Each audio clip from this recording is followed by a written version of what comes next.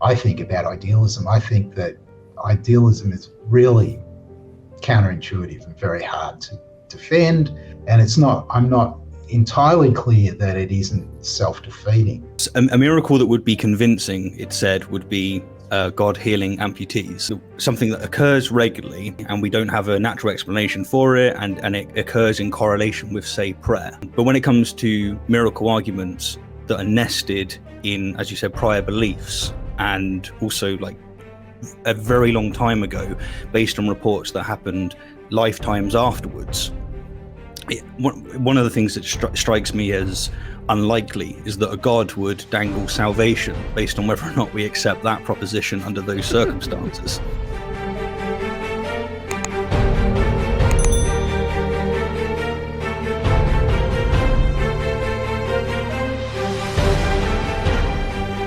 We are Myth Vision. Welcome back to Myth Vision Podcast. I'm your host, Derek Lambert, and my co-host today is Stephen Woodford. Welcome to Myth Vision. Thank you very much. It's always a pleasure. Well, I say always. I've only been on once before, but still. Yeah, we were in Texas, but look, we have a God before us today, and I don't mean that to kiss his butt, but Graham Oppy, Dr. Oppy, has joined us again.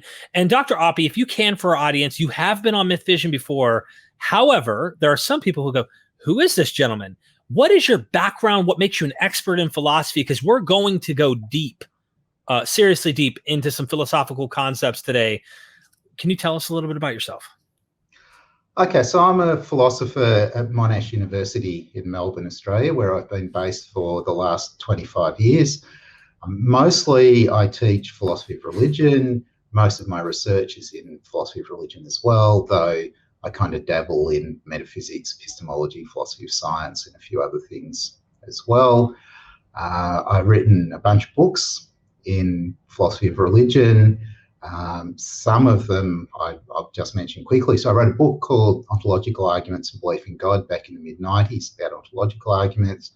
One called Arguing About Gods, 2006, I think it came out, which is more general coverage of arguments for and against the existence of God. And recently I've written some more popular books, or books that are aiming for a kind of wider audience, including Atheism, the Basics, which is in the Routledge Basics series, Naturalism and Religion, which was also published by Routledge, and other things that are not coming to mind right now. Yes, I looked. There's like a Bible. You have a long rap sheet of experience, expertise, books. I hope everybody goes in the description. Check out his Amazon link. You could read for years and still have stuff to read. So we'll just say on that, actually, Derek. I recently read the Basics of Atheism from Graham, and highly recommend sinking your teeth into that. It's a really good way in, specifically if you're interested for many reasons, but one such reason is if you're interested in the debate of how to define atheism, which is such a tedious debate, but it comes up. So yeah, sink your teeth in there. It really does. Today, me and Stephen came up with a title that we thought was necessary. Why is atheism a better explanation than theism? Really simple, but it comes up all the time, and I figure I'll start off with my question. Stephen can help me put the icing on the cake in a philosophical way so that it's in a language Graham may understand, because sometimes I bloviate. But recently there was a debate between Dr. Bart Ehrman and Michael Licona. And Licona was taking the approach that the resurrection can somehow be proven historically, using a historical methodology. And Bart went and took kind of a David Hume approach and was like, come on, like, look around every day. What happens on the normal? You're trying to argue that one man out of, I can't remember how many human Homo sapiens have existed since we would account this, but this only happened once.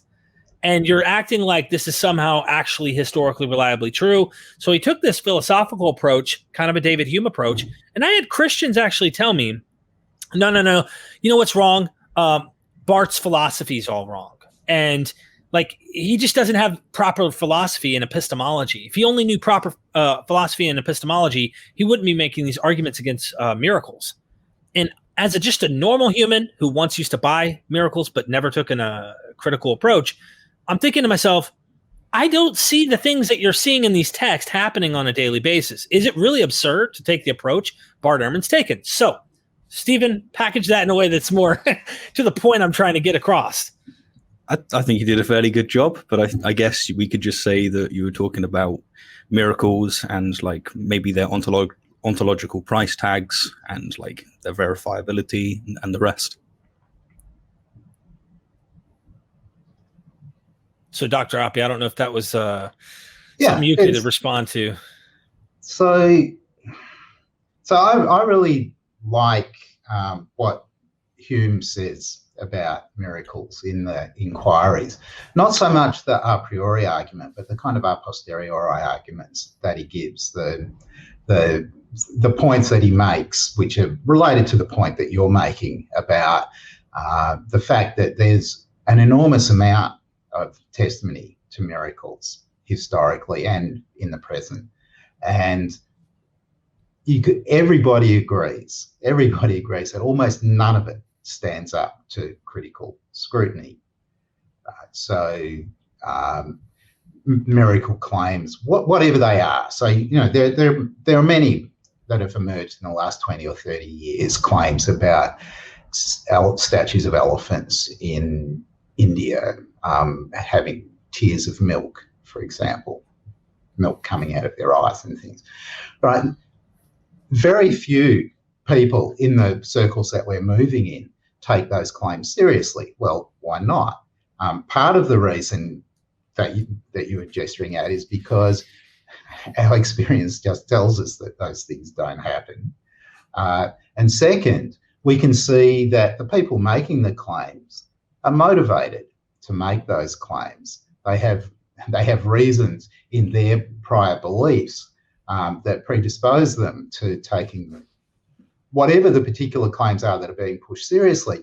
But people who don't share their beliefs are pretty much uniformly skeptical about them. And it's not just in the present. If you look back into the past, there's this similar pattern, and people just agree generally about the people making the miracle claims that even if we don't know what their motivations were, we don't think that they're reliably reporting on stuff that happened. So there's just a quick summary. Yeah, thank you. One of the things that comes to mind with miracles is a miracle that would be convincing, it said, would be God healing amputees. Something that occurs regularly, and we find it occurs regularly, and we don't have a natural explanation for it, and it occurs in correlation with, say, prayer. But when it comes to miracle arguments that are nested in, as you said, prior beliefs, and also like a very long time ago, based on reports that happened lifetimes afterwards, one of the things that strikes me as unlikely is that a god would dangle salvation based on whether or not we accept that proposition under those circumstances.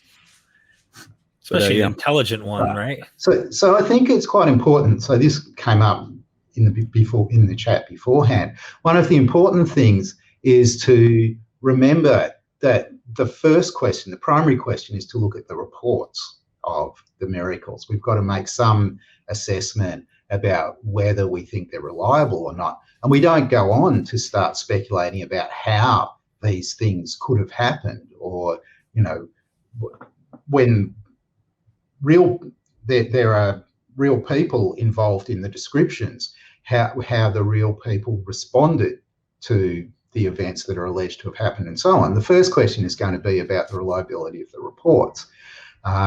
So, I mean, just to give you an example, a quite recent one. So a few years ago, I was on radio in Melbourne just before Easter talking about the meaning of Easter to non-believers.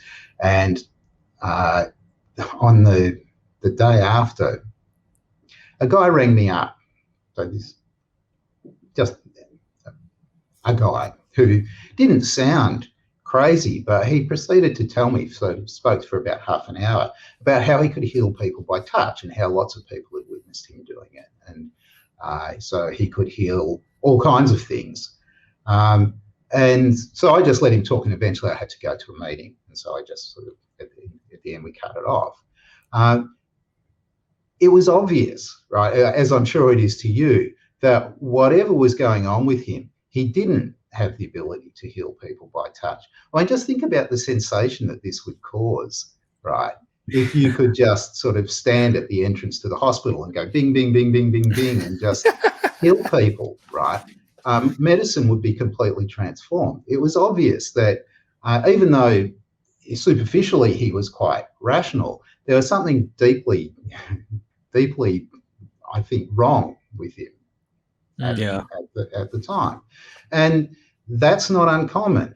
And so that's one of the issues with the origins of some, though by no means all of the miracle reports, is that they originate with someone like that who tells other people, and unlike me, those other people take what he says at face value and believe it. Now we've got, and they tell other people, and before too long you've got these long chains of testimony and you've got stories up and running. But what they started with was not an event in the world, right, that was accurately reported. What they start with is a guy like that who it's unclear why he was saying what he was saying, right? But it was clear, as I'm sure it will be obvious to everybody who's listening, that he didn't have the abilities that he claimed to have, and he wasn't doing the things that he claimed to be doing.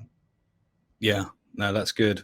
And it's like when people do buy miracles, they don't tend to buy the miracles, as you touched upon, from other religions and other claims. Like someone that believes in the resurrection doesn't typically believe that Muhammad split the moon in two. And it's for exactly the same reasons that a naturalist would say, look, or even the Muslim would say, no, we don't think that the resurrection was a thing.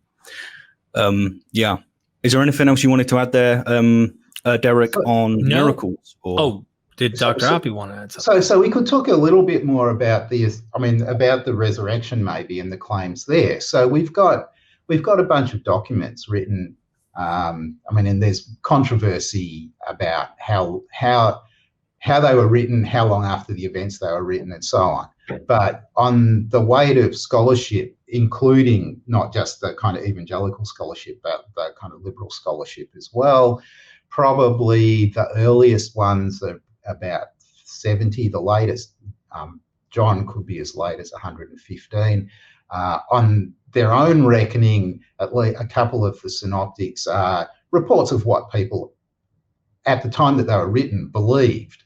Right? They didn't purport to be eyewitness accounts. There's no indication of how they collected the stories that were written down. It was just, this is our version of events now. What happened in the, whatever it was, 40 to 90 years, right, between whatever happened and the events were written down, is plenty of time for lots of details, that kind of supernatural stuff, to have gotten in there, even though no supernatural stuff happened back at the time when whatever the events were, if there were events at all. But I'm just, we don't have to take a stand about that. Right? If you've got that sort of approach, then there's no question about trying to find an explanation for the resurrection. What you're likely going to say is, okay, so we've got these texts that report a resurrection, and we've got no reason to think that this is a bit of history. And then you don't have to start sort of myth-making of any kind. Thank you so much for that, Dr. Oppy. I really appreciate you. And thanks, Stephen, for letting me get my questions out of the way. The watchmaker argument is something that I used to love about 10, 12 years ago. As a Christian, I'd read all these books and I'd be like, whoa, fascinated with it. Stephen, why don't you take us into this a little more? And let's see what Dr. Oppy has to say. Yeah, sure. So, before Darwin, teleological arguments, and more specifically the watchmaker analogy, was the theist's best friend, their favorite toy, if you want to call it that. But while it still has prominence among certain groups, as you said, like your prior self and probably some of your family members and friends, Derek, buy into it, it seems as though cosmological arguments have well and truly taken the throne. But relating to the watchmaker analogy, I was wondering, Graham, if you existed before Darwin, do you think that you would be a theist because of the watchmaker analogy? Or do you think you might have been like Hume or Percy Bysshe Shelley and had figured it out? So it's hard to know what I would have been, it's hard to answer that question. It seems like those kinds of counterfactuals are pretty hard to assess. But I really like Hume's dialogues concerning natural religion, and I have a new paper on that, there's a book on the dialogues that Paul Russell is putting together. I mean, it's still a couple of years away from completion, so you won't see it for a while. But my chapter is about the design argument in Hume's treatment of it in the dialogues. And I think that he's got about 10 different criticisms of the argument in the dialogues. And the combined effect of those criticisms is enough to kind of completely undermine the force of the argument. Of course, leaving aside some kind of speculations that Hume and others made, before Darwin, people really didn't have a clue about the origin of species. But you're not having a clue doesn't mean that the best explanation was going to be to appeal to a particular religious tradition and the story that it tells about the origins. So there's the beginning. Yeah, no, that's interesting, because it seems like a lot of people have a disposition where they think we should buy the best explanation, even if we can kind of see that it's not particularly great at explaining what we're observing. And it seems intuitively, as long as that like correlates with intuition, which a lot of people have, which is, as far as I can tell, why watchmaker analogy and arguments like that are so convincing. They really like pull on our intuition, which is, at least by my opinion, why, arguments pertaining to Hilbert's Hotel and whatnot also have that same effect. They pull on our intuitions. People mistake the intuition as a good reason to buy into a certain idea, especially if it also correlates with the idea that they might, survive death and whatnot. But no, thank you for your answer on that. I appreciate it. So one of the ideas that Hume plays with at various points in the dialogues is just that there's this kind of eternal principle of order in the natural world, and things, it's kind of inevitable that you're going to have an orderly universe, and that it's quite likely that you'll get animals and so on. And he thinks that that's going to be a better explanation than the kind of standard Christian explanation, and he has various reasons for thinking that. Right. Now that's pre-Darwin, right? It's not clear even post-Darwin that naturalists aren't ultimately going to be forced back to saying something similar, not about the biological case, but maybe about the fine-tuning case, that they're going to have to say that, there's this, perhaps it's necessary, perhaps it's intrinsic or something like that to the natural order. But if you suppose that the fine-tuning is intrinsic or it's necessary or something like that, you've got an explanation for it. And then the only remaining question is going to be whether it's a more expensive explanation than, say, buying the whole of Christianity. You better have a lot of money for that. You know what I mean? Well, there's definitely questions that relate to that. But yeah, no, that's a great answer. Thank you. I thought it might be good if we pivot towards morality, because it's another thing that we, experience in life, and there's a question of whether theism or naturalism does a better job of explaining it. So, objective morality, is it a thing? And if so, does theism or naturalism better explain it? So this is interesting, right? I mean, naturalists just cover the whole spectrum, from people who are kind of eliminativists about morality to people who think that There are moral truths to some subjectivists and projectivists, and a whole range. There's a whole lot of stuff just because philosophers can't make up their minds about, or at least haven't managed to reach any kind of consensus about morality. It seems fine that naturalist opinion is all over the place on this one to me. If you ask for my own perspective, I'm inclined to think that probably the best position is going to be one that says that, yes, there are moral truths. In fact, there are some claims that are necessary. But that's me. It's a kind of idiosyncratic position. It's not something that's inherent in naturalism. Would that be like a Platonic form or some sort? No, I'm not thinking that. Okay. I kind of, another part of me is some nominalist, so I don't want to have abstract objects at all. Yeah. But I'm happy to think that to suppose that modal claims are true, right? So there are claims about what's possible and claims about what's necessary that are just true.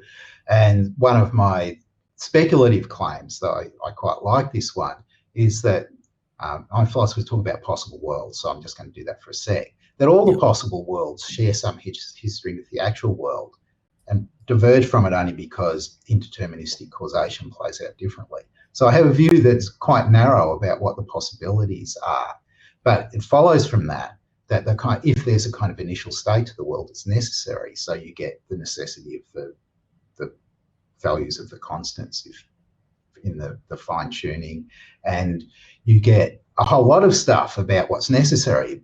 I mean, assuming that in any universe like ours, it would be wrong to torture infants for fun. It just turns out to be necessarily true, right?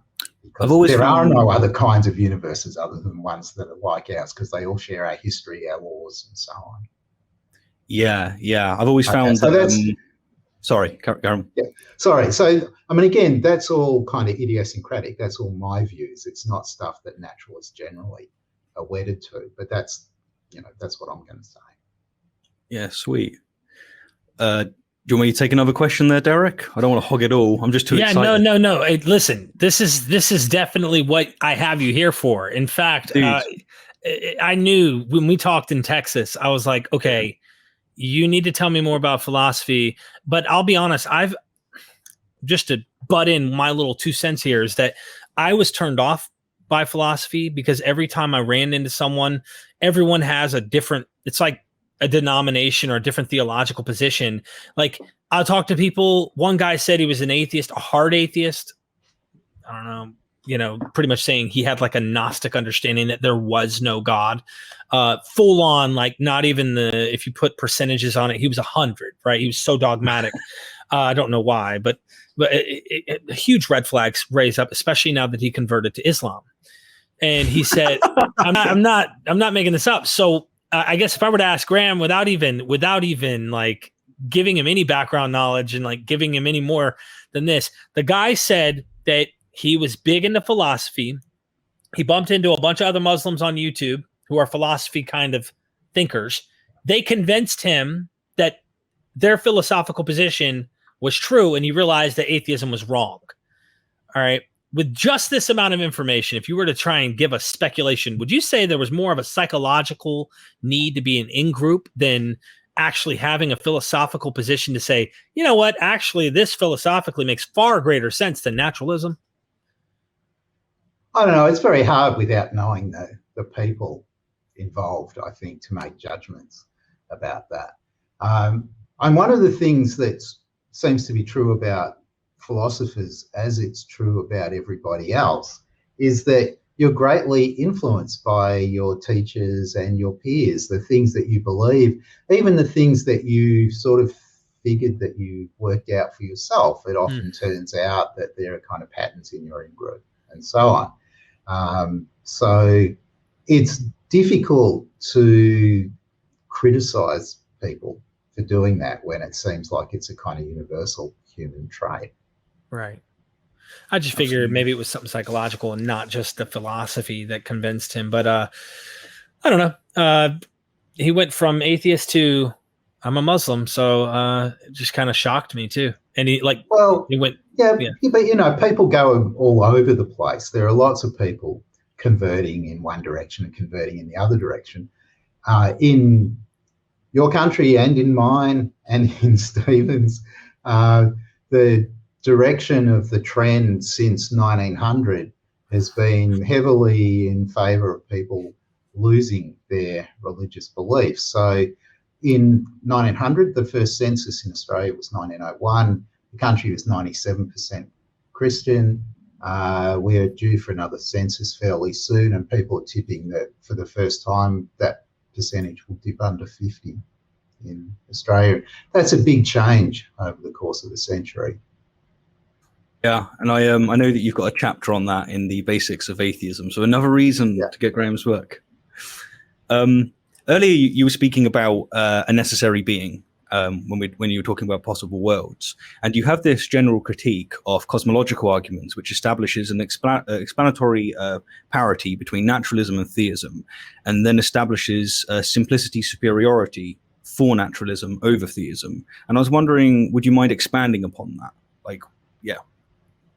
Okay, so there's a kind of idea in philosophy of science about theory choice, that when you've got two theories that are competing to explain the same data, the way that you make the choice is by looking to see which of the theories does best at doing two things simultaneously: minimizing its commitments, so that is being as simple as it can be, and maximizing explanation, explaining as much as it can. And so I've applied that idea to cosmological arguments, to the cosmological data. So suppose we think, why is there something rather than nothing, right? Or why does the universe exist? Or whatever we're thinking is the thing that is going to be explained, and we want to know whether naturalism or theism is doing a better job. If we're thinking about the why is there something rather than nothing, there's kind of a limited range of things you can say. One response is going to be there had to be, and theists and naturalists can both say that. Theists can say there's a necessarily existing God. Naturalists can say the universe exists of necessity. At any rate, the initial part of the universe existed of necessity. If the explanation, if what you're looking for is why does the universe exist, theists will say it exists because God made it. Maybe they'll think it's sort of contingent. God could have chosen to make a different universe or no universe. Well, naturalists can still say it exists because it had to. And when we're weighing up now the costs and benefits here, naturalist is committed to the universe and has necessity attaching, say, to the initial boundary. Theists have the universe, maybe they make that initial boundary contingent, but then they have God, and God's necessary. It looks as though, straightforward accounting here, that theism's more complicated because it's got God, right? Both have got the universe and some necessity in there, but only theism has got God, and they both explain the data. Right, so that, as you summed up my view, naturalism is slightly simpler. Both views can explain the data, so you should prefer naturalism to theism. And I think that you can run this kind of argument against every cosmological argument that there is. I mean, there are lots and lots of different kinds of cosmological arguments, but once you sort of zoom in on, okay, so what's the data here that's being explained, it doesn't look as though theism is ever going to come out ahead of naturalism. Brilliant. You said about applying it to different types of cosmological arguments, and that leads us perfectly to the next question, and that is, how does this specifically work in reference to the Kalam? Right, so there'll be arguments where there are other things that you want to say in criticism of them, so that you're not going to come back to this point. So think about the Kalam syllogism: whatever begins to exist has a cause of its beginning to exist or its coming to exist. universe began to exist, so the universe has a cause of its beginning to exist. If you think about what a theist is going to say about God, they're going to say that God, either they're going to have to say God didn't begin to exist, or they're going to have to say, they're going to have to reject the premise that said that everything that begins to exist has a cause, because they're going to say that God doesn't have a cause. So they're going to say that there's this first thing that doesn't begin to exist. So now let's think about the naturalist who's got the universe. We'll suppose there's a beginning to it, right? There's a first bit, but it doesn't have a cause. It just has the same status that God has, right? And so now we're done, right? Because we've got the universe versus universe plus God. The naturalist position is simpler, right? That would be the response. Yeah, perfect. Happy I to love keep going, that. Derek? Or? Yeah. I was just gonna say, like, one of the things I love in studying like the history of religions and like how, taking the evolutionary model to our history and realizing where gods come from, the concepts of gods. It was like Steven Pinker, I think, that once said something like, you kind of wonder if the first man or woman that was speaking and language is on the scene, and then they heard that voice in their head, which was really them, and they were thinking, God? Like the mind that was outside of them, like, hold on, or like thinking in their own head as if it's another mind. And it makes you kind of realize, like, okay, when we know where these gods come from, these ancient Near Eastern deities, or you name it, polytheism, and then you go further back into nature worship and whatnot, you kind of go, okay, gods have evolved these concepts. And so I know I'm going way back, but it's like we keep wanting to hold on to this evolutionary thing that was necessary, I think, for our survival and part of our evolutionary development. And we're over here getting hyper, like, is God necessary? Is this concept that we're talking about as God even necessary after a while? Because in my head, I'm like this thing seems to be an outdated model that keeps trying to update. This is a Windows 2.0, a Windows 3.0. God keeps updating in the software to match what we've been talking about all along, which is naturalism. So anyway, sorry for being exciting. It's just something I keep thinking about with all these arguments. Do you want to add something to that? Okay, so I'll say something, then Stephen can jump in. So you might think that it was kind of inevitable that we had beliefs in God without thinking that it was necessary, without thinking that it kind of did anything good for us as far as our survival and building of civilization and so on. It's really not clear, because we have textual records that go back a few thousand years, and we have archaeological evidence that goes back further, but the archaeological evidence can tell us, for example, about burial practices, but doesn't tell us much about what the people believed. So the kind of early history is really kind of speculative, right? The earliest texts we've got, there's things like the Vedas, but that's only sort of like at most a couple of thousand years BC. So there's lots of speculation in there. And so, of course, there's lots of speculation about whether people had religions, if so, what their practices were, and so on. So that's the only point I'll make so far. Yeah, no, that's fair. One of the things that I think of, one of the things that comes to mind, I should say, when we like talking about religion and its necessity and like the idea that it's been with us for a lot, it reminds me of this argument that's put across that Western civilization is based on Judeo-Christian values.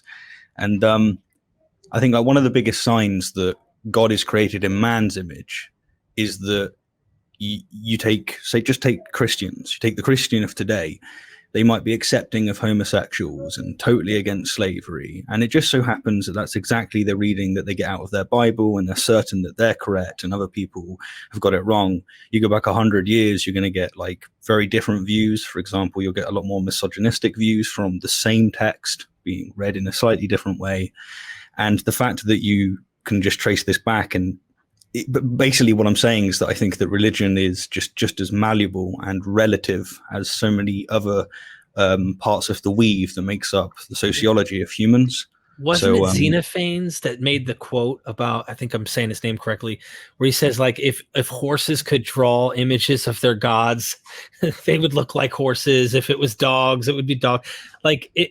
Yeah, I think that this is a good point. It's relative to the experience and the observation of the animal or the creature itself and the world that it perceives. That's kind of my point, I guess. I don't know. Yeah, so, I mean, it's interesting to look at the debate about slavery that emerged late in the 18th century and in the 19th century. The first half of the 19th century, the pro-slavery arguments in the United States were mostly based on scripture. Yep. And that's kind of tricky, I think. Yeah, I mean, like, one of the things I find very tricky there is, so if I was an earnest Christian and I was reading the Bible, like, I would be homophobic and I would be for slavery. Like, I would find pretty much every Christian that I find, I'd think that they're cowardice and, like, they're not following it at all. So I would actually make quite a fundamental Christian if I was convinced of their propositions. But it's malleable, right? It's always so malleable. They read different versions. So some Christians will make a virtue out of this. I mean, it depends. Like, you don't have to be a fundamentalist. You can be quite a liberal Christian, and you can think that maybe it's understandable why people read the Bible that way, but we certainly shouldn't read it that way now. Right? Yeah. I find if they do that, though, they kind of give up the moral objectivity that they like. So because if you, there's also teachings that I just can't help but think of Jim Jones when I hear it in the New Testament. You know, hate your mother, your father, and they reinterpret, they bend the meaning of words. Jesus was radical. Let's just put it that way. And if you're not radical, it's hard for me to think you're following Jesus. But then again, I was a fundamentalist, Stephen. So I was looking at other Christians thinking, there's no way you're a real Christian.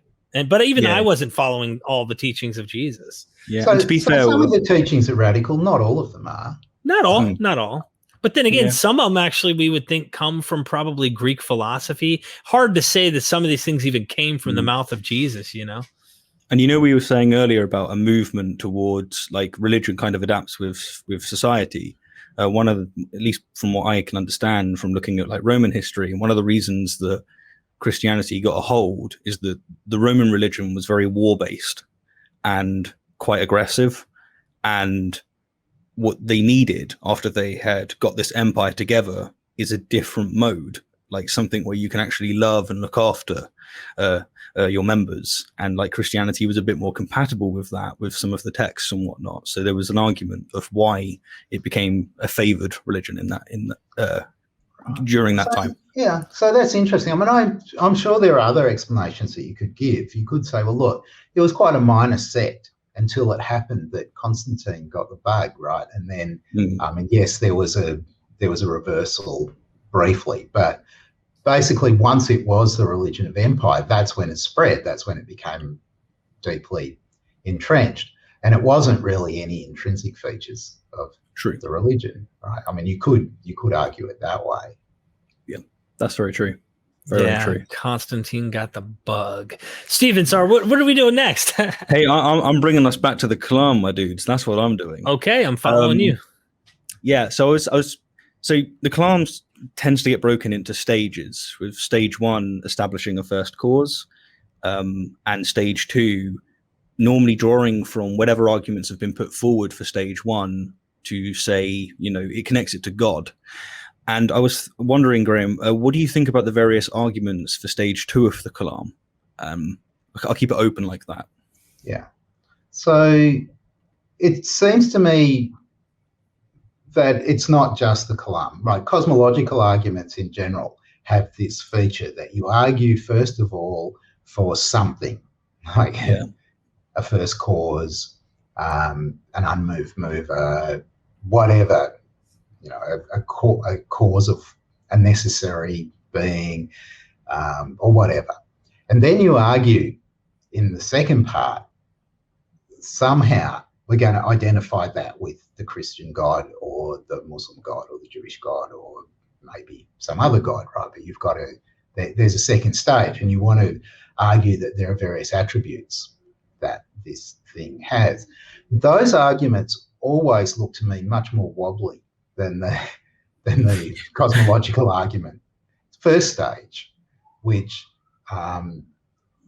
you're at liberty, if you're a naturalist, to just accept the conclusion of, and then just say, but it's not God, right? Mm-hmm. It's just, right. And so if you're going to go that way, you're going to think that the thing doesn't have these additional properties. It's not omniscient, it's not omnipotent, it doesn't have moral properties at all. You'll agree perhaps that it's one, and you may not go much further than that. So I think if you're the kind of naturalist that I am, you're going to think all those arguments are really they just don't work. And there'll be different reasons, as there always are with arguments. When you're given an argument with a bunch of premises and a conclusion, sometimes the conclusion is not supported by the premises, sometimes one or other of the premises is false, and it's kind of just work to figure out what you want to say about any given argument. That's why arguing about gods was such a big book, right? Yeah. If I could poke a little here, I've always been curious to wonder. We keep talking about cost. What is the cost of this? What is the cost of that? In fact, it was Stephen who brought this to my attention initially. He was talking about the cost of this and the cost of that. I'm like, well, how are you paying for it? It's all abstract and like there's no really like anything to buy. And but I'm like starting to think, oh, that's what philosophers do. So one of my questions I have is polytheism versus monotheism. If you have to pick one or the other, it sounds like if there's more gods to play with, can you play a hypothetical where it costs the same as monotheism? Or is there an argument to be made why a single god makes better sense than plenty of gods? So if we're talking about which is the simpler theory, it seems as though it's simpler to have one god than many, right? That will be especially true if the gods belong to different kinds. So you've got one kind of thing versus many kinds of things, because they might all be gods, but they might be different in various ways as they were in kind of ancient pantheons. So there's an argument, I think, from simplicity.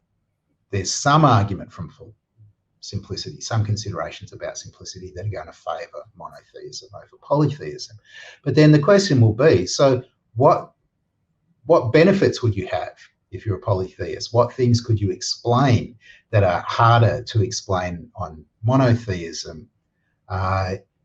Particularly if we're contrasting it with the kind of monotheism that makes God all-powerful, all-knowing, all-good, and so on. Well, now there's stuff about the world that seems suboptimal in various ways.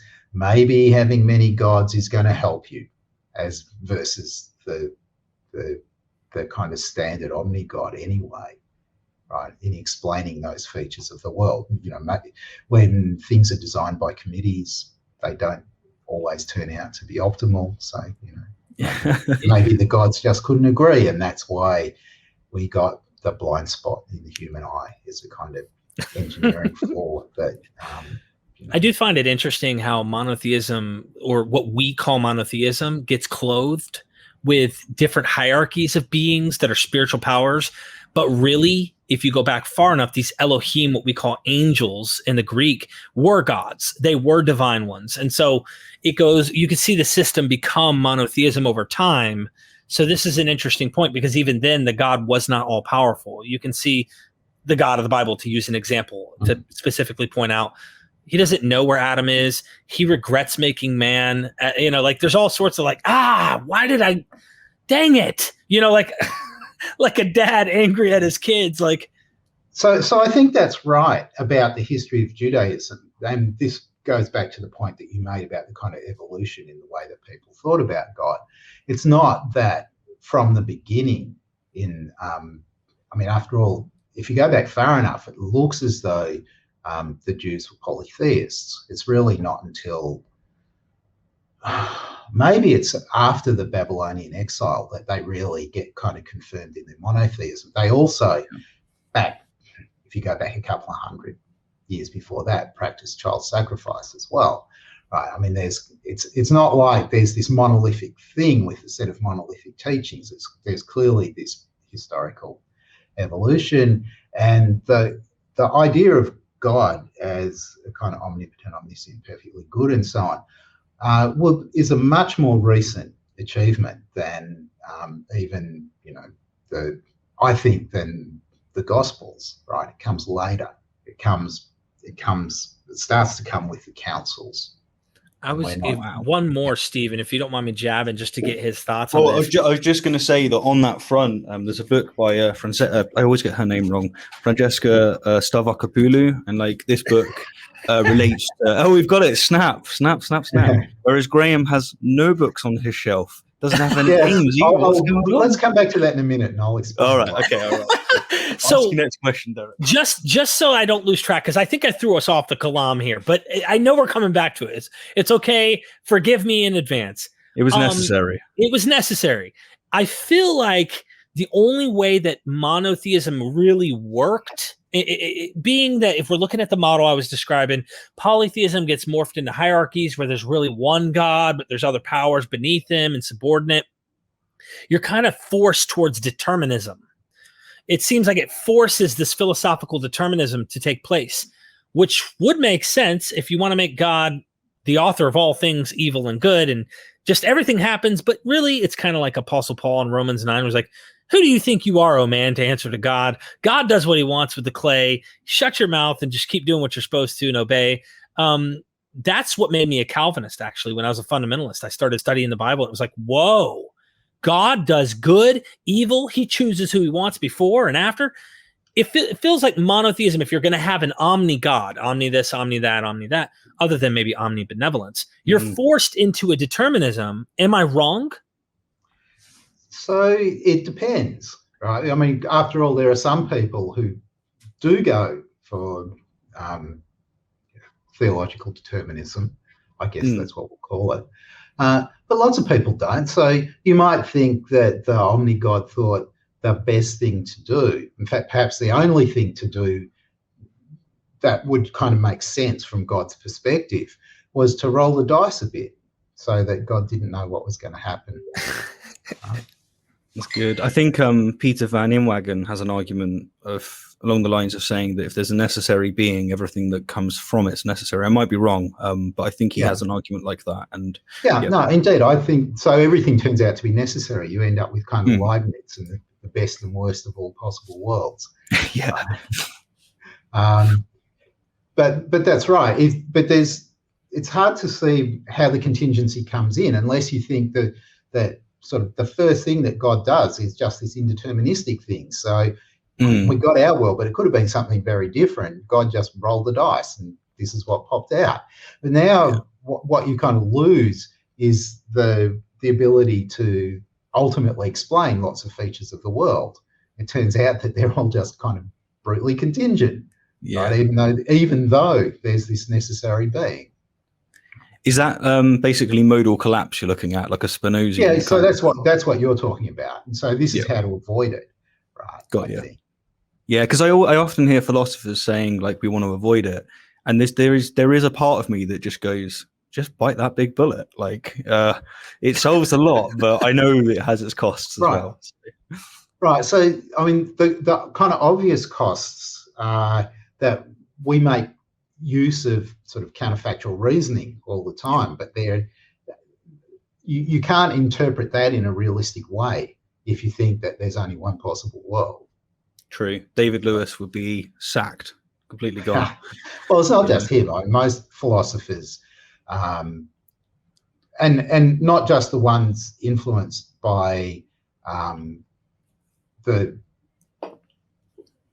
Christians who thought that the whole world is contingent. God could have chosen not to make anything, right? So there's a kind of very deep contingency. But even amongst naturalists, there are lots of them who think that there's contingency in the world. They might just locate it at the beginning and say, the beginning is just, it's contingent, right? Yeah. There's no explaining it, and it could have been otherwise, and there's no explaining, right? Lots of people don't like that, but that's also one of the acceptable positions. That's part of the reason why I was talking about my necessitarianism before. I said it's kind of idiosyncratic. You don't have to go that way. Yeah, I've always found that if anyone is confident when it comes to these kinds of questions, where we're at like the beginning of everything and all of these, you know, in relations to a necessary being and whatnot. If anyone's super confident, that's a massive red flag, because I just don't understand how anyone can be super confident on a proposition like that. Yeah. If we're not done, we're not at the hotel yet, are we? Well, the hotel was coming up. Okay, because I wanted to butt something in the midst of our Kalam thing to ask Dr. Oppy his opinion. It's your show. I'm just happy. Well, no, it's ours. It's ours here. This is us, brother. This is us. But sorry, just when you said to me, "Hey, do you want to join me for a chat?" I was like, "Hell yeah!" And then when you said it's going to be 1 a.m. at your time, I'm like, "Okay." And then you said, "I've got a guest, Graham Oppy." I was just like, "All right, let me breathe. Come on, let's go." He's like, 6 a.m. I'll do it. I don't care. Yeah, whatever time you were down and you got your coffee. This is a personal opinion, and I want to remove any emotions from this particular opinion of yours, because I know you're friends with Dr. William Lane Craig. But William Lane Craig takes this conclusion that I find kind of ironic, as sophisticated as he is, and he's far brighter than I probably ever will be, philosophically speaking. So I'm not here to poke or jab. But someone as advanced as you in philosophy, and him, comes at the end of the roads and sees people like you draw your conclusions and see, hey, the Kalam, it doesn't work for me. It just isn't something that I find true. But he holds to it almost like, if people aren't seeing what he's seeing, you're going to hell. This is like, it's part of the belief system he has. Maybe you can correct me if I'm wrong, or not properly, and maybe I'm strawmanning him or something. But it seems like when you come from a Christian background like that, that kind of weighs in more than the philosophy, and he just doesn't see it as a rational conclusion other than following his position. Am I like misrepresenting him based on your conversations with him? So I haven't talked to him about his views about divine retribution, right? So I do know that he thinks that there's hell and it's populated, but he might think that there's sort of after death opportunities to kind of influence which way you go. I've got no idea about that. So he's obviously does have the view that at any point in your life you could convert, right? So that you're going to hell. He's in no position to make a judgment about that until you're actually dead, right? Because he doesn't know what's going to happen. But he also doesn't know about opportunities that would come later. So even I would think by his own lights, he wouldn't be making judgments as hard and fast as that. And he certainly does think that my views are mistaken, that they're false, right? Right.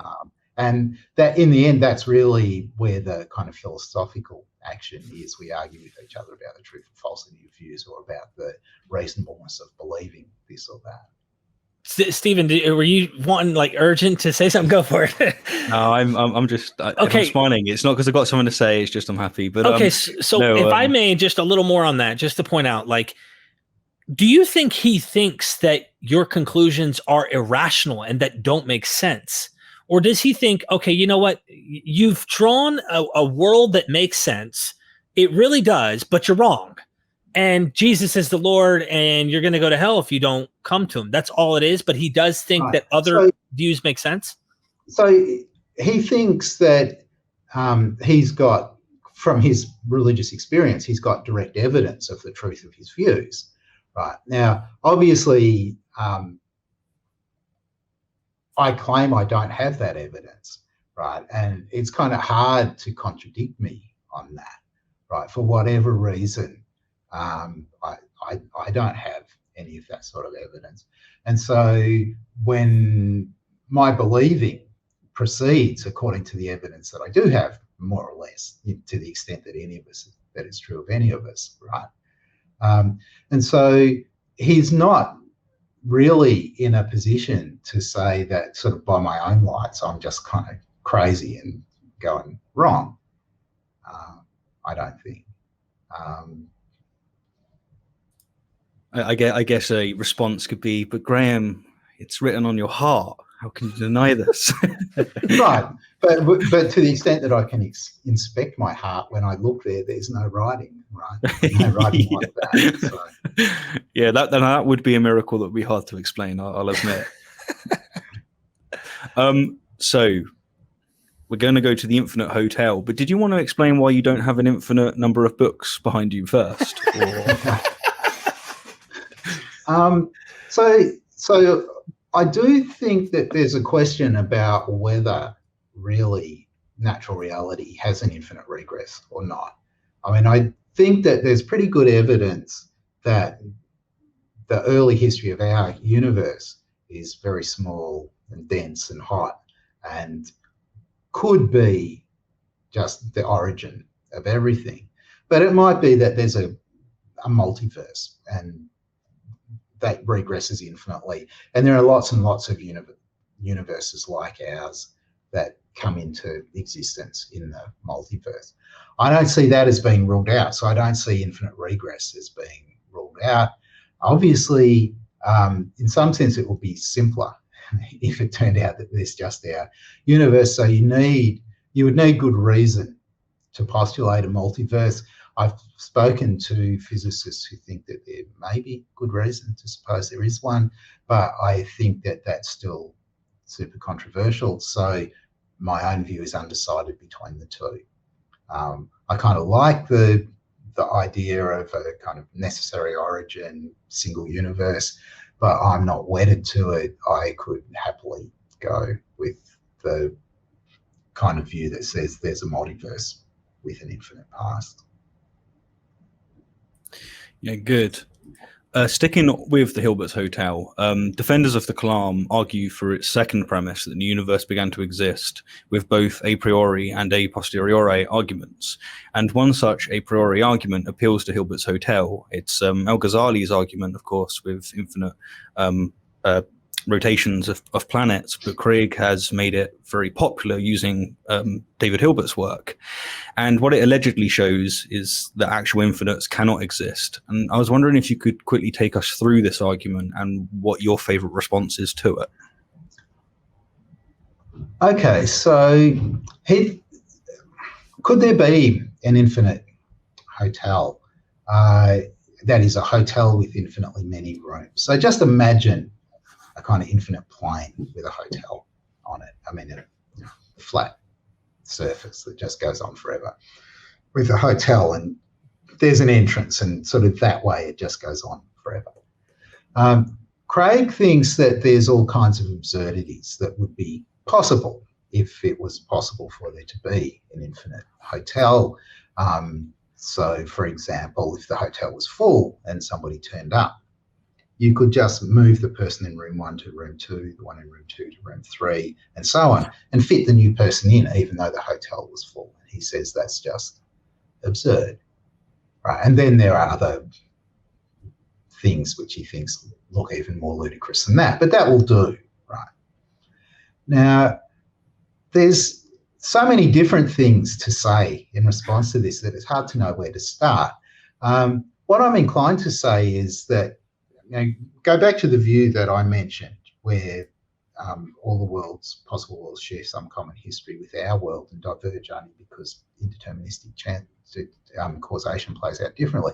I actually think it's impossible for there to be an infinite hotel, but that's irrelevant to the question whether there's a multiverse with an infinite past, right? Yep. Those are just different questions. So he could be right about the hotel, that it really is impossible for there to be a hotel with infinitely many rooms. And yet it's still perfectly possible that there's an infinite past to the multiverse. Would another way to phrase that be that Hilbert's Hotel would be one instantiation of an actual infinite? And by ruling that out, you don't actually rule out actual infinites per se. You just rule out one. I mean, you could put it that way. Yeah. Yeah. Right. So, yeah. So that's one of the kind of, I think of as a kind of more fundamental objection. Suppose you have the view about possibility that more or less, if you can conceive of something, it's possible. That's a view I don't like, but where we're thinking about it, possibility. But let's suppose we've got it. Well, now infinite hotels are conceivable. What's the problem, right? It would just turn out if you had an infinite hotel that you could do this, right? You could fit in an extra person, right? If you try to think about it, filling in some of the details about how this world with the infinite hotel works, and you're really serious about, we're going to kind of move person from room to room, each one's going to take a certain amount of time, people will have checked out down the line at some point, long before we reach them, right? People will die before we reach them if they're living in the hotel and they never check out, right? So there's this idea about sort of putting someone in the first room and shifting all the others is going to be sort of perfectly feasible, right? Yeah, it's good. And just for the audience, Graham speaks about this in his book, Philosophical Perspectives on Infinity, which is a book I got into when someone pushed forward the thesis of causal finitism from Alexander Proust and Robert Koons, and brought up Benedetti paradoxes. And if you think Hilbert's hotel is a mess, goodness, Benedetti paradoxes are something else. But hey, we can get to that in a second. Depending on your time, I'm very conscious of keeping you longer than is. Yeah, we're going okay so far. In another half an hour or so, I'll start saying loopy things, and you'll want to stop. Well, that just sounds like a challenge. I'm well up for that. In a similar light, would you mind? Well, another a priori argument that's put forward for the Kalam is the successive addition argument. And would you mind explaining what this argument is and what your favorite response is to it? So the idea is that you can't, I mean, the way that it's said, there's this notion of a completed infinity, and the idea is that you can't complete an infinity by successive addition. So just think about the natural numbers. There's no biggest natural number. We keep sort of, you move from 1 to 2 by adding 1, you move from 2 to 3 by adding 1, and there's nothing at the top end, right? And so the thought is, now consider the present. There couldn't be an infinite past because we've just reached that, we would have reached the top end of an infinity. But that's kind of confused, because the right way to think about the infinite past is to count backwards. Right, so we've gone from -1 to 0, before that was -2, before that was -3, before that was -4, and so on. There's no bottom end, right, to an infinite past, just as there's no top end. No matter what you pick, going back at which negative number we pick, there's infinitely more before that, right? That's what's required for an infinite regress. Yep. Right. That's cool. So the successive addition argument just doesn't get any traction against the infinite past, according to me. That's good. That reminds me of some work from, I'm going to butcher his name, I'm sorry, but his name is something like Nicholas Shackle or Shackle. He was the person that came up with the unsatisfiable pair diagnosis, which is a response to causal, some of the arguments towards causal finitism, particularly in reference to the Benedetti paradoxes. And he phrases it so well in there. He was saying that if you start speaking about sets that don't have a first member, all of a sudden it becomes obvious why these successive addition and things like this have an issue, because they're explicitly assuming a first member to start to get this kicked off from the get-go. I just always found that was always a good way of it coming across. Wes Morriston and Alex Malpass has published lots in this regard as well. But yeah, no, thank you for that answer. That's brilliant. What we got next? This is honestly, Derek, this is so exciting. It's like a birthday present. I can't believe my luck. Okay, so here's an interesting one. So we're talking about explanatory value and how naturalism tends to do a better job than theism. Which and what evidence, if any, is better explained by theism than by naturalism, and why? So in my book, The Best Argument Against God, I argue that naturalism is simpler than theism, and there's nowhere that theism does better than naturalism. There's lots of draws, right? Now, that depends on a certain way of partitioning the data, though, because if you kind of gerrymander the data and you pick, like I go around and I collect together 100 people who believe in theism, and I say, relative to this evidence, right? Is there any evidence that favours theism over naturalism, ignoring all the rest of it? And the answer is going to be yes, right? There's 100 people who believe this view, and that's it. That's the evidence, right? But that would be cheating, right? Because what you have to do is you have to survey the whole of opinion, right?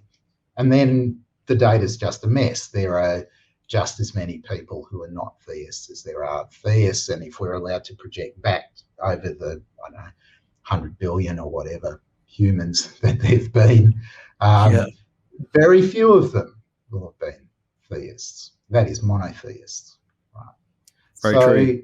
So provided that we're kind of partitioning the data in the proper way, the view that I took in that book, and I don't see any reason to retreat from it, is that there isn't actually any data that gets explained better by theism than naturalism. It's important to bear in mind that the data here, when it comes to the kind of historical stuff, I'm not counting the resurrection as a bit of data, right? There are these texts, right, that say that there was a resurrection, and what needs explaining is the existence of the texts.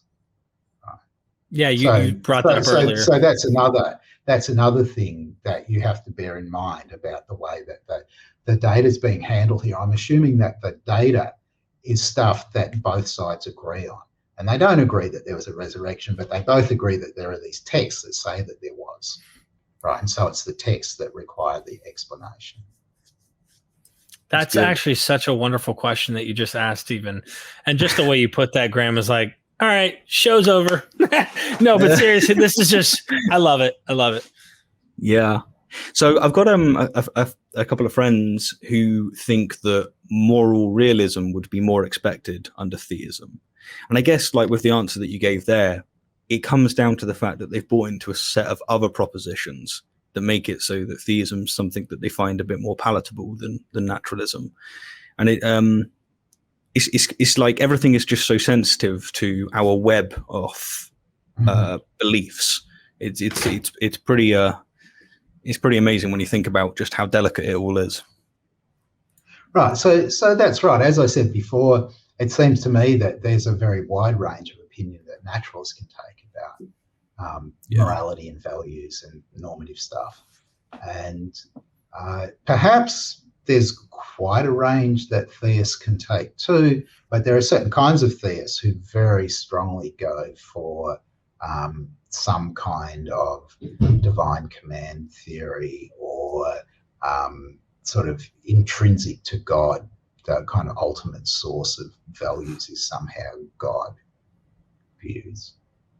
Very true. Well, I've got two more questions, Derek. What about you?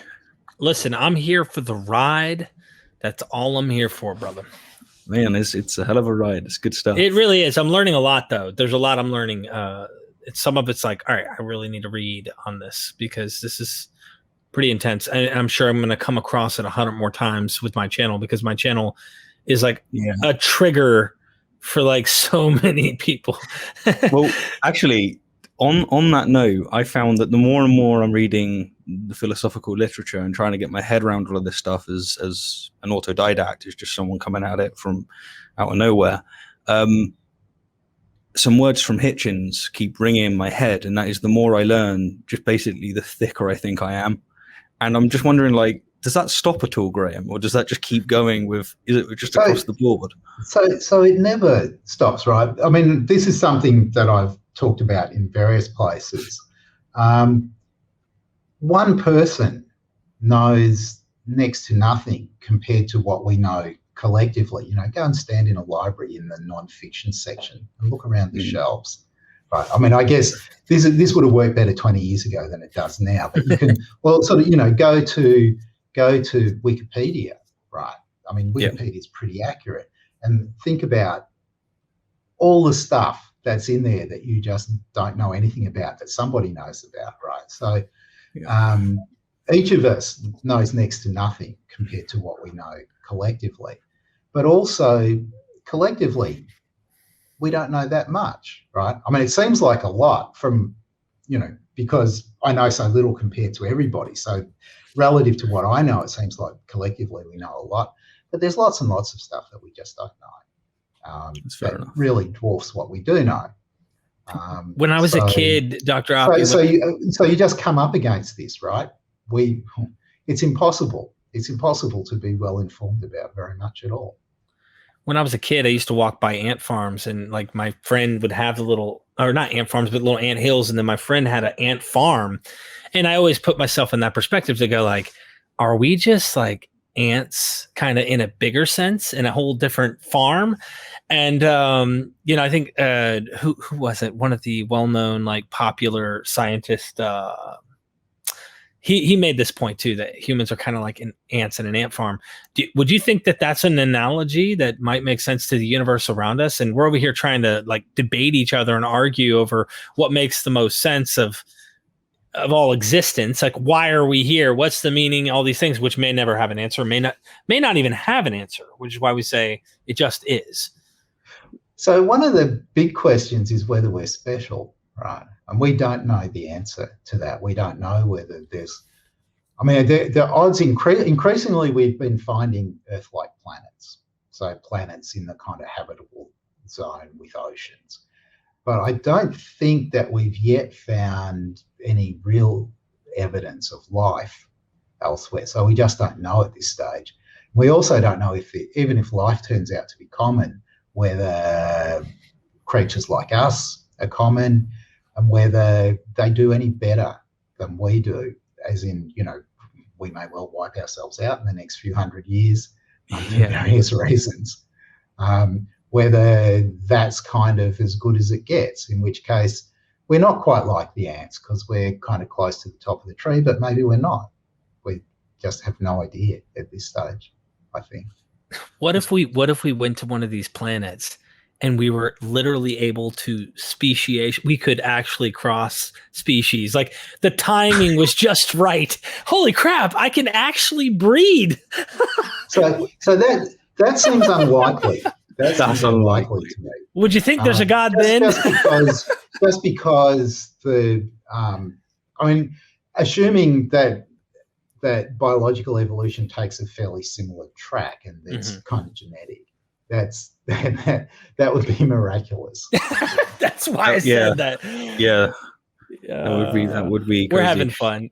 Stephen, get your questions, brother. I'm sorry. Sorry, just a quick comment, actually. It reminded me of what was being said there. I remember I was listening to Daniel Dennett when he was speaking about Craig saying about things being absurd. And Dennett used the example of aliens, potential aliens. He said, look, some things are going to give you an absurd result in any case. So let us suppose for a moment that we are the only conscious beings in the universe. That's absurd.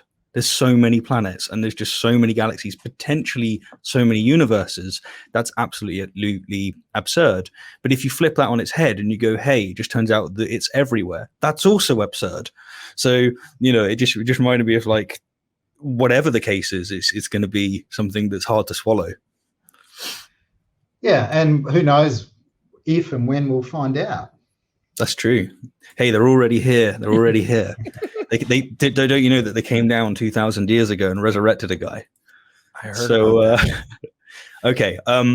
Fine tuning. So it is argued by some theists that the universe is fine tuned, and I know that you've already touched upon this. But the basic argument is that the occurrence of life in the universe is extremely sensitive to the values of certain fundamental physical constants, and that since the observed values are improbable, theism offers a better explanation than naturalism in this regard. I was wondering what your thoughts are. Okay, so it's not just life, right? The probability of there being stars, for example, is, or almost anything, right? Well, the way the story is usually told, right? If you don't have the constants in the sort of Goldilocks range, if you don't have them just right, either the universe kind of collapses in on itself in a fraction of a second, right? And so you see nothing of what we see in the universe, or it blows apart so rapidly that basically you've got empty space and the occasional blip of a particle of some sort. And either way, right, it's not just life. Because it's kind of interesting that we fix on life, but there wouldn't be stars, for example, and maybe there's a God that just really loves stars and didn't care at all about life. It was just a kind of consequence of there being stars. Right? Yeah. Well, I like that idea of, you know, how some people will go, listen, I don't want kids and I don't want pets. I just want a nice garden. It would be like the equivalent of that for God. It's just, I just want it to look pretty. Okay. Look at that argument from beauty right there. But I guess one reason why one wouldn't want to put life, would want to use life in that argument is that they can then replace that with stars, and they can replace that with I don't know, whatever else they want to put in, and then they can go. Well, it can be anything, right?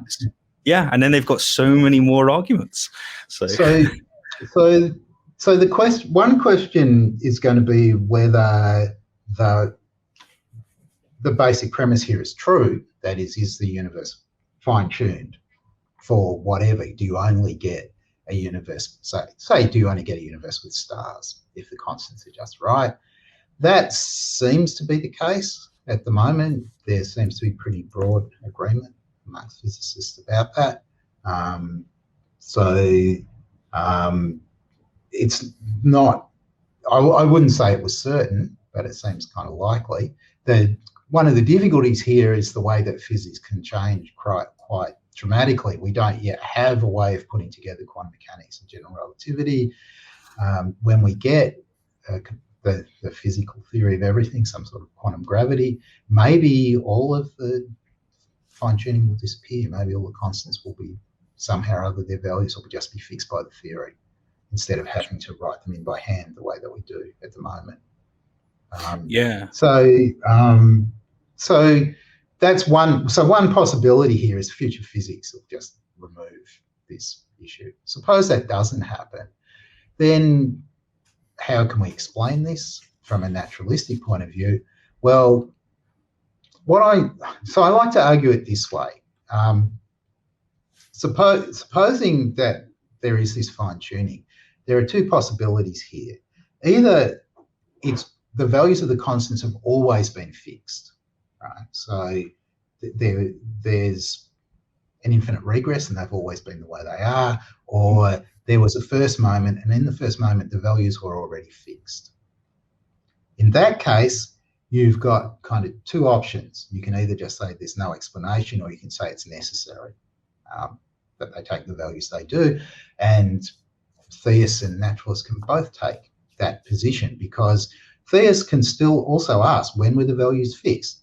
I mean, God, that fixed meaning God had decided that's what the values were going to be.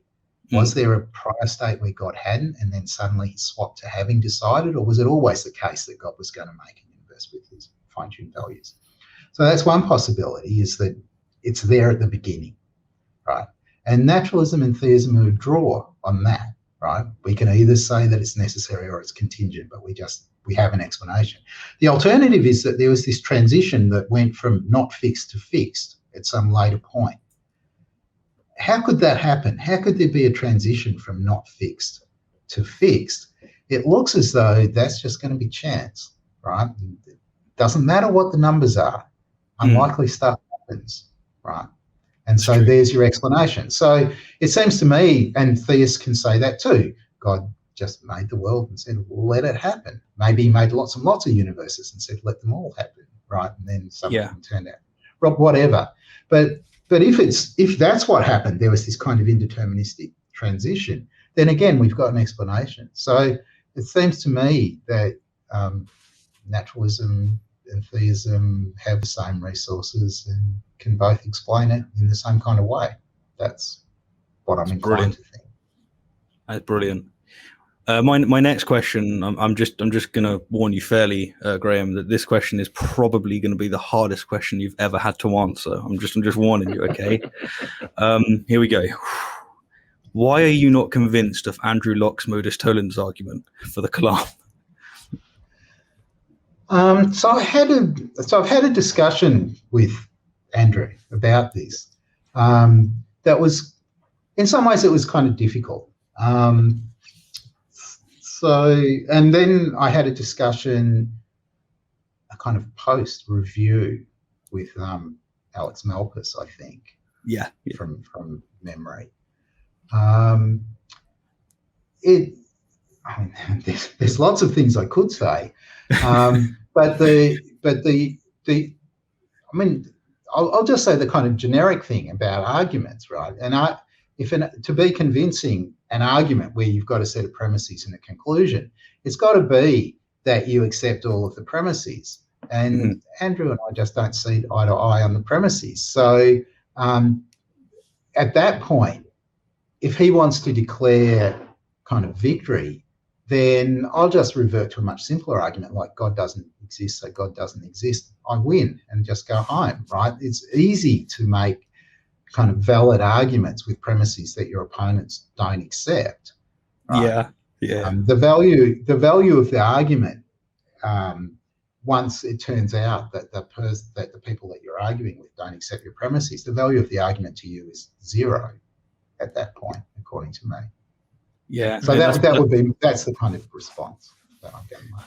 No, brilliant. I remember when I was watching it, I spilled coffee on the keyboard because after a bit of back and forth, you went, right, I'm just going to say that God doesn't exist and go home. I was like, okay, well played. But no, thank you. That's all my questions, Derek. Yeah, I just had two more. Did you ever watch that video by Sean Carroll? I'm sure you've heard his debate with William Lane Craig, but he has one called "God is Not a Good Theory." Did you ever watch one of those? He's sitting in a classroom. So I haven't watched it, but I've heard about his view somehow or other. I picked it up through stuff on the internet. What do you think about some of their works? Like there's him, Lawrence Krauss, etc., but I know they're not all the same. So in a way, I agree with them, right? The thesis of the best argument against God is really that God isn't the best theory. Now, I guess it's one question whether it's the best theory. It's another whether it's not a good theory, right? And I'm happy to say it's not the best theory. Naturalism's a better theory, but there are many worse worldviews, I think, than the better theistic worldviews. So and if they're kind of so here, I'm not sure exactly what Krauss and Carroll and people like that are saying, but if they're saying that there's kind of nothing good to be said for theism, that theistic worldviews, even the best of them, are the worst worldviews that there could be, I'm going to disagree with that, right? People who believe that there are kind of multi-dimensional lizards that have taken over the government of the United States, right? Theistic worldviews can be much better than that. Yeah, I don't think that's what their point is, but yeah, I get what you're saying. And I think it was kind of, he used good, but I think it was your point of the best. I think that's what he meant, is theism is not the best, but I think that's exactly what he meant. And any naturalist is going to say that. Right. I think he did it for title, probably. Grabbing as it's not a good thing. Oh, what? Good? God is good. What do you mean? Like, so probably people clicking that way.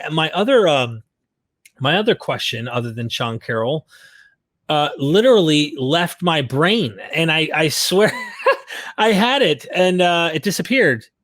Oh, Sean Carroll was one of them. Yeah, I had one more, but it was more of a fun question. Oh, prediction. So I know, we're naturalists, so we don't believe in the divine, but we do look at statistics, and we look at the way that many things are going, and you're looking at data points, and you kind of wonder. I asked myself, where are we going in the next century? Where do you think we're heading in terms of this question of theism, atheism? Do you think that the dominant position within the next century or two may end up actually being atheism or lacktheism or something of that in the world? Okay, so I talk about this in the last chapter of Atheism, the Basics, and there I say, I'm not going to make a prediction 100 years ahead. I won't even make one 5 years ahead. Oh, wow.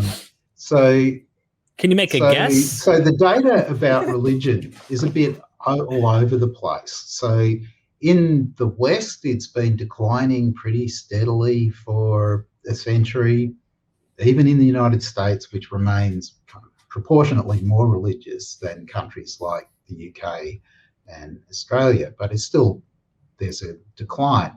But in other parts of the world, religions like Islam and Christianity have been growing. And there's a certain amount of research that suggests that it's something like gross domestic product, wealth, or something like that, that's tied to the kind of decline of religion. And it's hard to project that forwards. I mean, things have, if anything, have got worse since I wrote Atheism, the Basics. It's kind of less clear that we're heading into a period of prosperity, that's sort of broadening prosperity, that would make it more likely that we're going to see decline in religiosity. So I'm not prepared to make any bets. Well, thank you so much for answering my question. Stephen, thank you for joining me, man. Rationality Rules YouTube channel, Graham Oppy's books. Gotta get them. Anything you want to add? Well, for me, it's just thanks for having me on. I really appreciate it. Thanks for the opportunity. I can't believe you didn't tell Graham that I was going to be here. I feel like I've just jumped in, but apart from that, we're good. No, I think Graham appreciated it. He didn't have to deal with a completely low IQ conversation with me. What? No. It's been lots of fun. Thanks to both of you. Seriously, thank you. Yeah, I want to have you back, of course. Maybe we can have you debate. The one thing I asked you in a super chat recently on a different episode was your conversation with Bernardo Kastrup, who's an idealist, and he's like a super sophisticated guy. But you said he's depending on quantum mechanics to work a certain way or something, and it's kind of not accepted in science yet that that's the case or something. I can't remember. So that's roughly right. I mean, the interpretation of quantum mechanics is very controversial, and there's this kind of added dimension of complexity because we don't quite know what the successive theory that puts quantum mechanics and general relativity together will look like. So relying on a particular way of interpreting quantum mechanics in order to kind of build your philosophical view is slightly dangerous, right?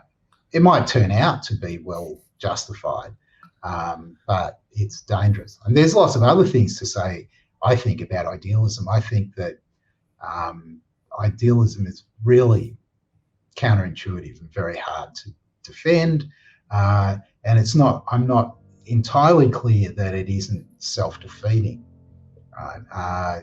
That the only kind of idealism that you could really motivate is solipsism, and that's just what are we doing? That's just not a position that anyone should adopt. I don't know if we didn't cover almost all of the fun topics in this one episode. I hope people watching this enjoyed. Let us know what you think down in the comment section. Let us know what you think of Stephen. I had a blast. His questions were great. Dr. Oppy, seriously, you're always fun, and can't wait to one day know half the things you do philosophically. Okay, so thanks for having me on. I guess we can wind it up at this point. Yep, I seriously appreciate it. And everybody, never forget, we are Myth Vision.